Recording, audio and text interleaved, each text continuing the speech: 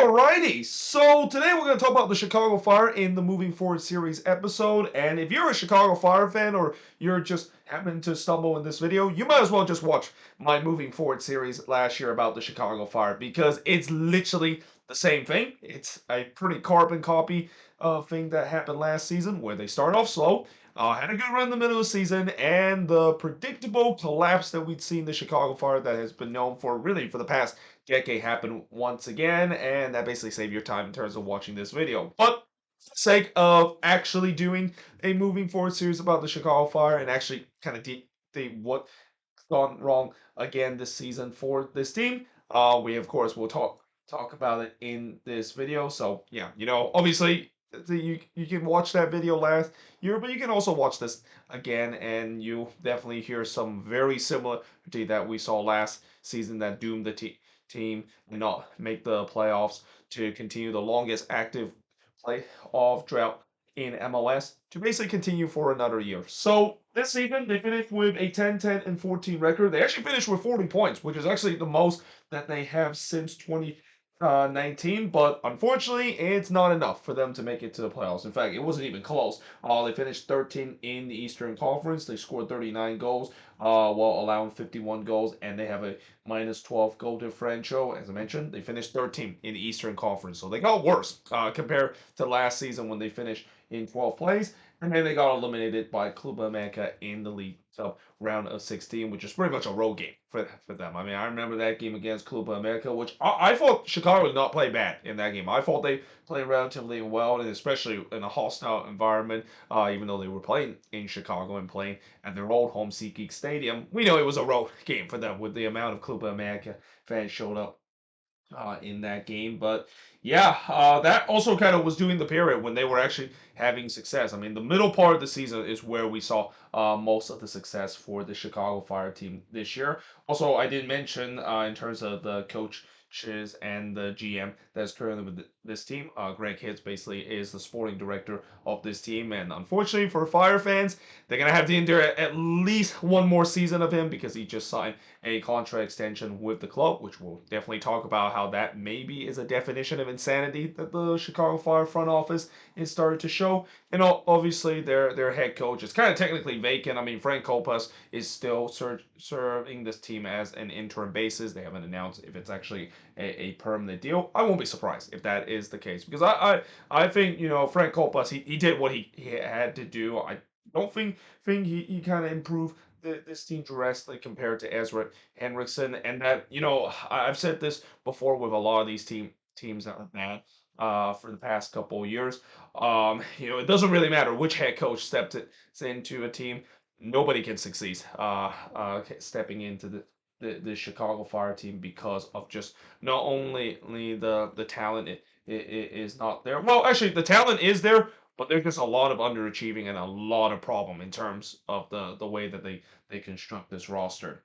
Now, in terms of the top goal scored, yeah, I don't think a lot of people would have thought that Marin Lassi would finish as the top goal scorer, but yeah, he finished with 6 goals, and that's already the problem that the Fire had this season. Goal scoring was a huge problem for this team, just like what we saw last year too. And that again, when your top goal scorer only finished with 6 goals, you know you have serious problem in terms of the goal scoring department. Followed by Kai Kamara, who was relatively hot in the beginning of the year. He definitely cooled off to a point where I think he was at a point where he kind of hit a drought because he kind of got stuck in that mark where you really want to pass Landon Donovan record. And you usually see this happen with players that are just so close for a monumentous landmark and a moment of him passing Landon Donovan and becoming the second all-time goal scorer in MLS. And it took a long time for that to achieve because of the way that he was just so close to it, and then he kind of started to force a little bit, and that's when the goal drought basically began. Then you got Jared Shaqiri with 5 goals, which is another disappointing season for him, followed by Fabian Herberts with 4 goals, and then Kasper Shabilko with 4 goals to finish off the top 5 list. In terms of the top assist leader, it's a little better.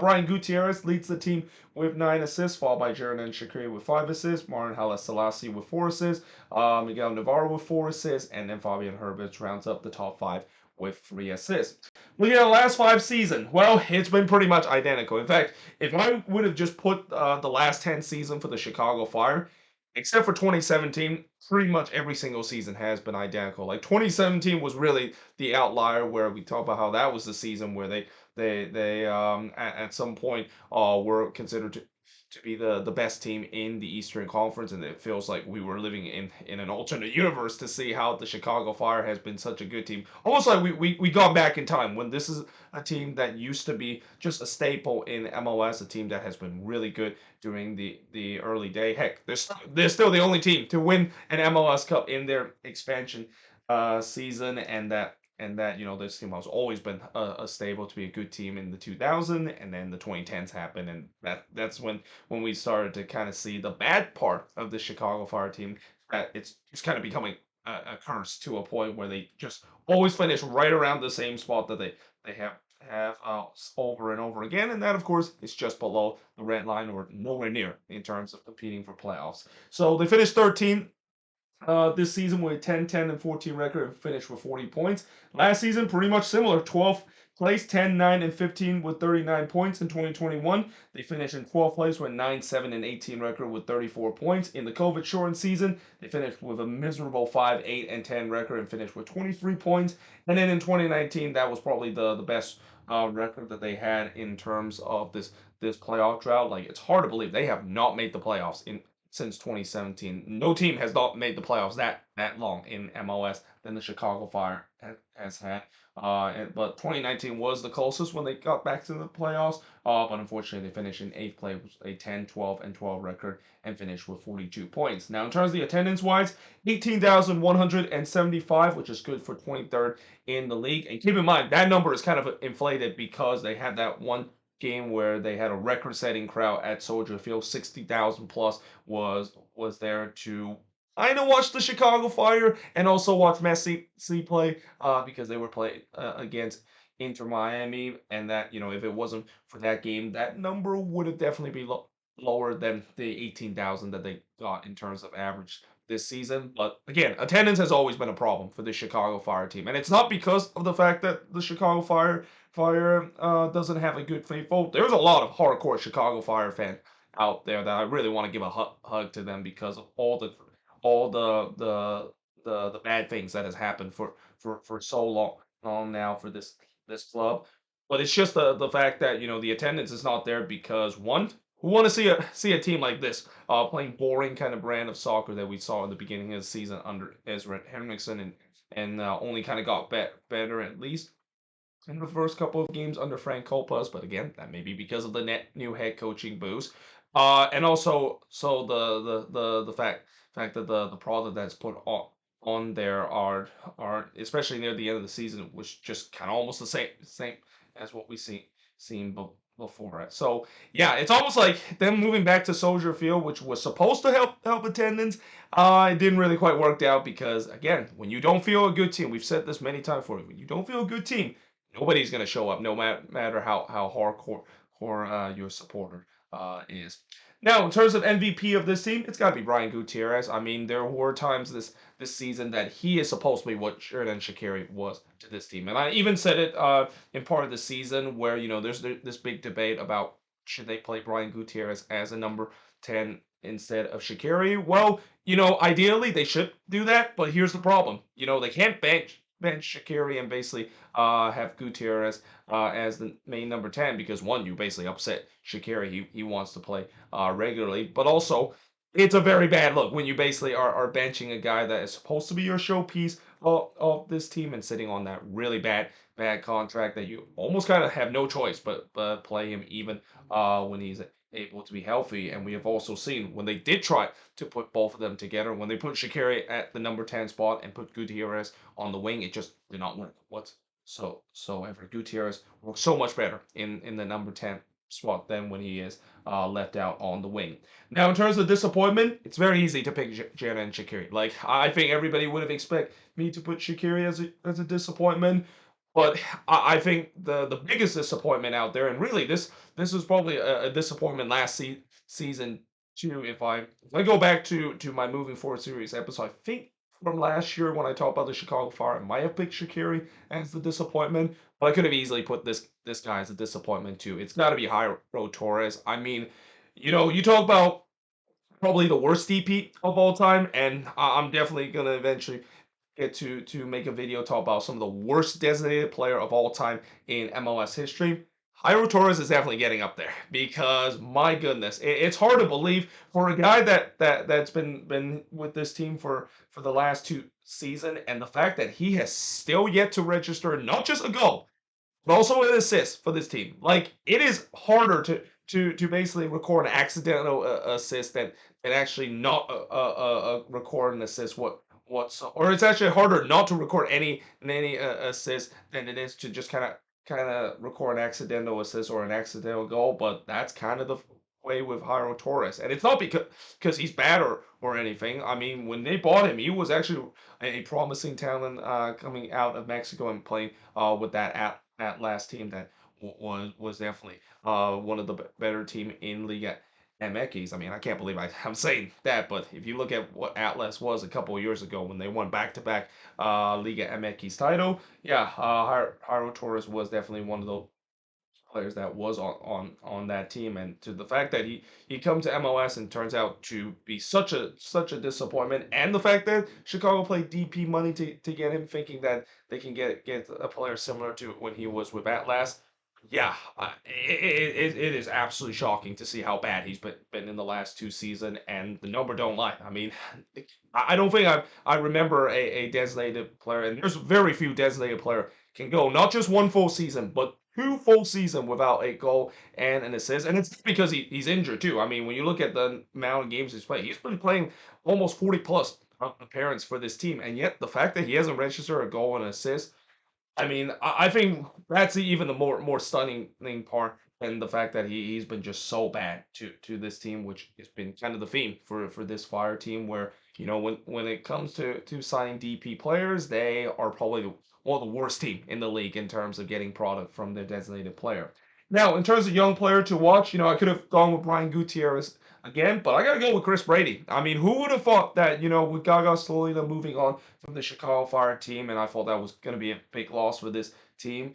Chris Brady obviously has some big shoe to fill. Who knew that he actually filled that shoe relatively well? I mean, this almost feels like it's a similar story to when New England lost to Matt Turner and then Georgi Petrovic came in, and little do we know, Petrovic turns out to be not only just as good as Matt Turner, but you can even argue he's even better than what Matt Turner was with New England. Now, I'm not going to say that Chris Brady is at that level compared to Gaga Slonina because Slonina is a really good goalkeeper, and he's definitely a guy that I think in the next couple of years could be getting consideration for the U.S. men's national team, and especially with that goalkeeping position is still kind of interesting to see.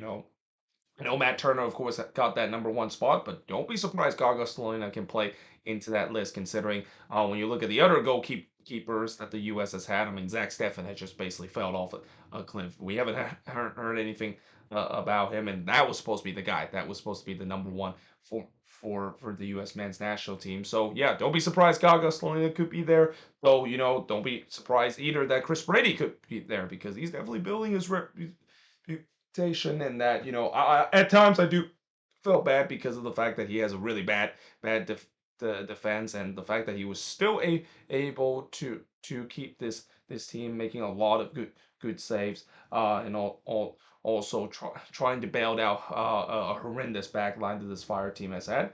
Don't be surprised Chris Brady might be another player that could be move on for a big amount of money, and could be a guy that could definitely be right up there to be considered to be a U.S. men's national team goalkeeper in the future.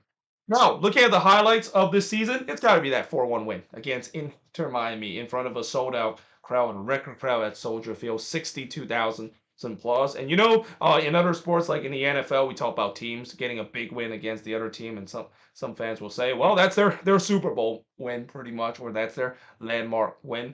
Well, you can say that in MLS turn, that was probably like the MLS Cup moment for the Chicago Fire. I mean, in front of a record crowd, and even though I know a lot of them were there to see Messi, and I'm pretty sure they were very disappointed to find out that Messi didn't play because he was injured.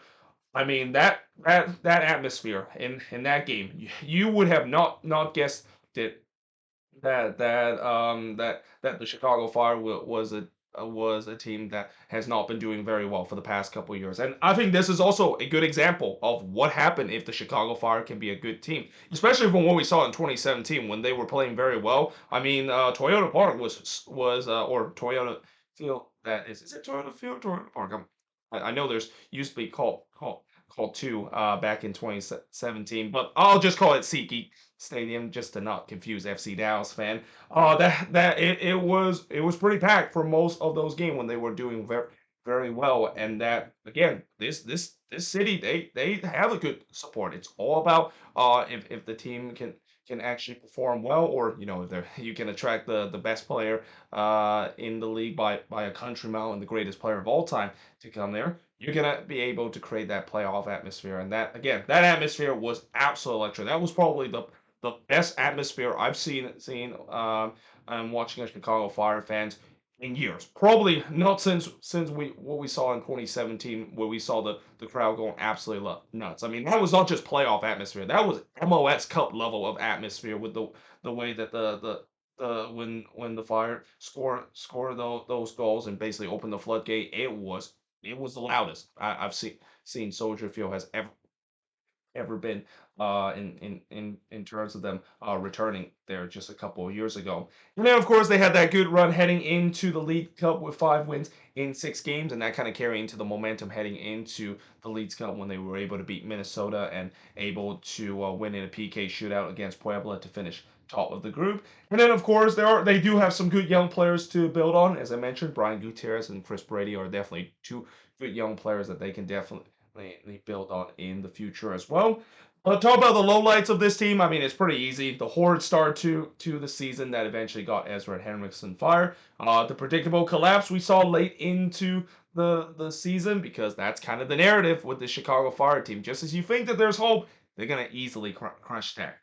Scoring, of course, was a huge problem. I already mentioned that. And then, of course, the DPS continue to underperform. And I mean, whether it's from Jairo Torres, Jordan Shaqiri, and even Gaston Jimenez, a guy that I haven't mentioned so far in this moving forward series. I mean, it's hard to believe that he is still here with this team, considering that he's been part of this team for the past couple of years, and there's just nothing that has really kind of wows me about him, and even anywhere came close to that DP tag. And again, if you want to talk about a team that is really underperforming in terms of their quality of DP level, the Chicago Fire is not only a prime example, but they're probably one, if not the worst team, in terms of getting the quality out of their designated player. And then moving forward, looking at this team in the future, I mean, you got to say this has to be the last chance for Greg Kurtz to get this roster right this offseason. I mean, again, as I mentioned in the beginning of the video where I talk about the definition of insanity that the Chicago Fire front office has decided to with him extending this offseason, and that obviously is probably not something that Chicago Fire fans were hoping to see. You got to say that even with that contract extension, the heat is definitely on him. I mean, the heat was already on him, but it's now at an all-time highest. And that I talk about head coaches being on the hot seat and who's probably the one that is heading into next season. Well, if you talk about front office, Greg Hitz has to be at the top of the list in terms of the hottest seat in terms of a front office personnel or a sporting director in this case, because if he gets this one wrong, if they have another mediocre season, the fans have already turned on him, but they're gonna really pressure the front office to a point where they have no choice. They have to fire him, and that this is also where it's a bad look for them too, because this is why signing that contract extension just doesn't make any sense whatsoever, and it just feels like it's a definition of insanity move, because if you decided to fire him because things not look good, then people are going to look at this moment and think, well, why did you decide to extend him in the first place? You know that he's not been able to do well in terms of building a roster, so why are you giving him another chance thinking that you're going to fire him because you got it wrong all over again. Another teardown incoming. Again, this team, it just feels like they're stuck in this cycle where it's tear down, hope things are gonna go, things doesn't go well, tear down again, and that's kind of sums up the Chicago Fire in this past decade. It just feels like it's constant rebuild. They just cannot build a good roster whatsoever, and it feels like we're back in that cycle again, where they go through a tear down this season, hope to build some new players, and hope that it, of course, would work out heading into next year. And I think the other thing that they might need to move forward in terms of, besides another teardown, continue to invest in the academy. I mean, I'm kind of surprised the Chicago Fire are not leaning more heavily on the academy. I mean, it's been proven that their academy does produce some really good players. I mean, Brian Gutierrez coming out of the academy, definitely an up and coming player in the league. I mean, Gaga Slonina, probably a guy that I've already mentioned, could be a U.S. men's national team starting caliber goalkeeper in the future.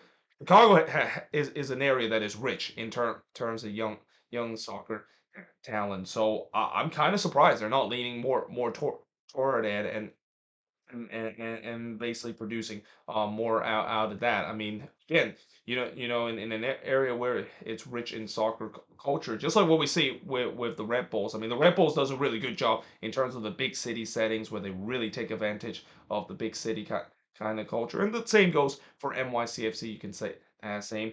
I feel like Chicago should do the same. Really trust their academy, and that it's already been proven that they've been able to develop some good talent and even sell them all for a huge amount of money.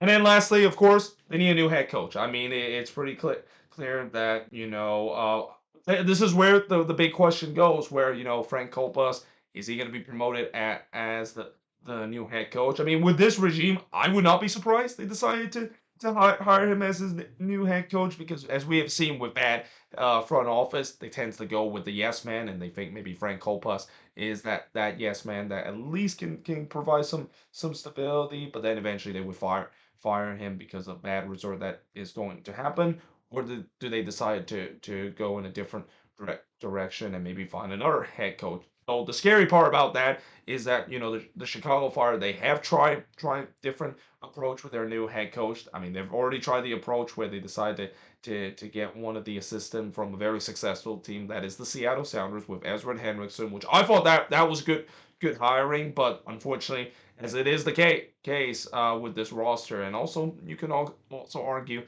Ezra Henriksen kind of was a little naive with his tactics at times.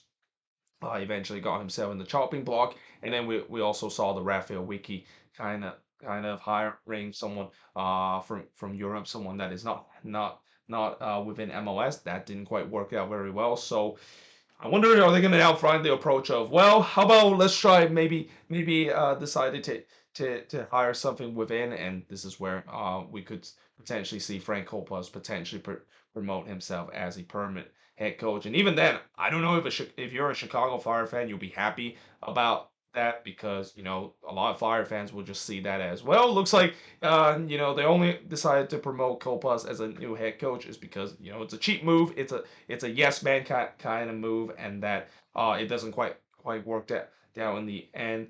And because that's kind of the narrative of this team. This team just it feels like it's a curse that this team is suffering, where no matter what they do, no matter what roster remove that they do, they've always stuck in that same cycle as what we see in the last 5 seasons, where they will look like they're competitive in the middle season, but then things are gonna collapse, and it's gonna be another disappointing season for the Chicago Fire team. Don't be surprised next year when I do another moving forward series episode. I'll talk about the same thing, because that's just been the same thing over and over again. And honestly, I don't know what's the solution to that. I mean, the only solution you got to say is, you know, as the old saying goes, all narrative eventually is going to come to an end. And I'm pretty sure Chicago Fire fans are just begging the soccer gods and begging the MLS god that the narrative eventually is going to come to an end for this team. This team finally, for once, is going to be able to build a competent roster, and finally will able to just at the very least make the playoffs for the first time since 2017.